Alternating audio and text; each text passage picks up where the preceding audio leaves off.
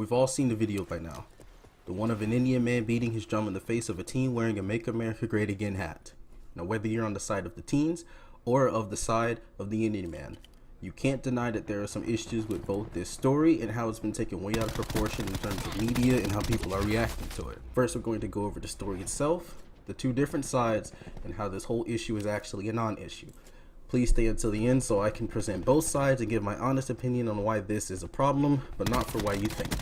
As always, let's get right into it. Ever since the video went viral Saturday,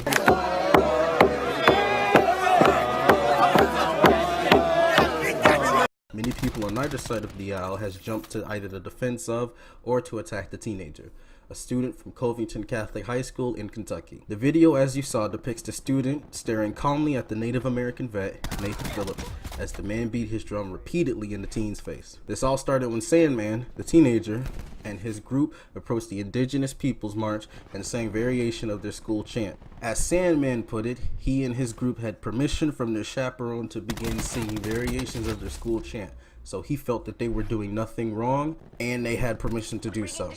While Sandman never approached the vet, he did feel that the situation between his group and the march was beginning to get out of control. According to Sandman, as him and his group were chanting, Phillips and his group of people would approach the teenagers, banging their drums and telling the teens to, quote, go back to Europe. Sandman would go on to say that one of his classmates would engage in debate with a protester and that he himself would try to stop the situation before it got worse.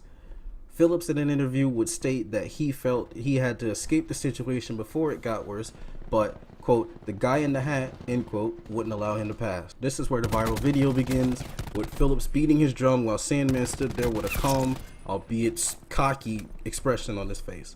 Sandman stated in a post addressing the issue that he denies blocking Phillips and, quote, I believe that by remaining motionless and calm, I was helping to defuse the situation, end quote. Sandman stated he harbors no ill will towards Phillips, but that he hopes Phillips would try a different method of protest. Now that we've gotten the facts out of the way, let's talk about each side of the aisle. I have seen many posts and responses to the issue. Many people on the left agreeing the teen should be punched in the face.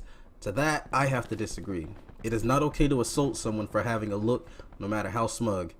If you think the kid deserves to be punched for smiling, you're probably the type of person to think you can punch someone for standing too close to you. Not okay.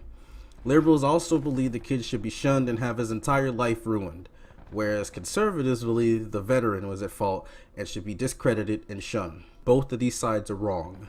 For one, saying someone's entire life here, life, not month, not year, their entire life should be ruined because he stood there silently in front of a veteran banging a drum in his face is a bit extreme, don't you think? And you should probably see a therapist. But on the other side, saying the vet was at fault and should be shunned is also extreme. The vet and his group were protesting, the kids approached him, and it caused some sort of conflict.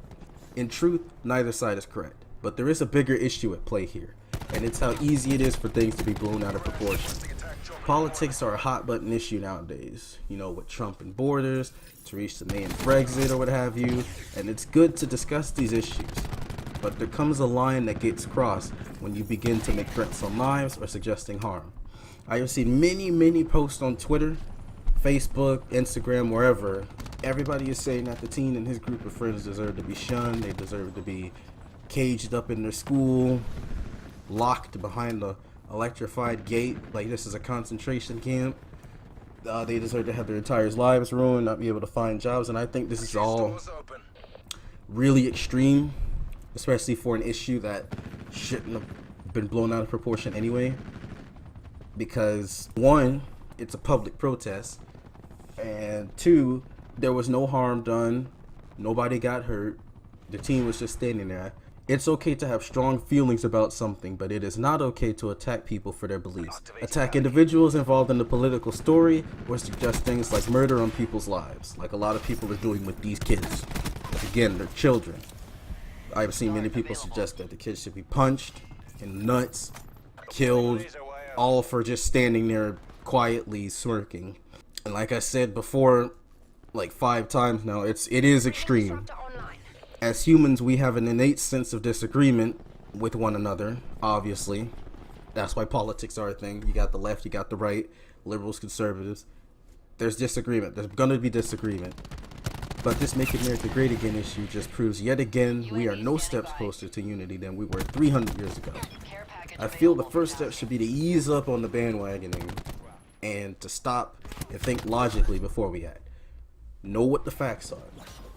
Do some research. Don't just assume because someone's a minority that they're automatically in the right. Don't just assume that because someone's white and straight, Christian, Trump supporting, that they're evil. These are mindsets that I think need to go. Anyway, guys, that's it for this video. Sorry for the rant. I just wanted to get this out there and share my take on it. If you liked the video, be sure to hit that thumbs up button. What do you think of the Make America Great Again team? Do you think that he was in the wrong? Do you agree with Nathan Phillips? Do you think that Sandman should be punched in the face for smirking? Comment below. Subscribe for more content like this every other day beginning with Monday. Hydra God.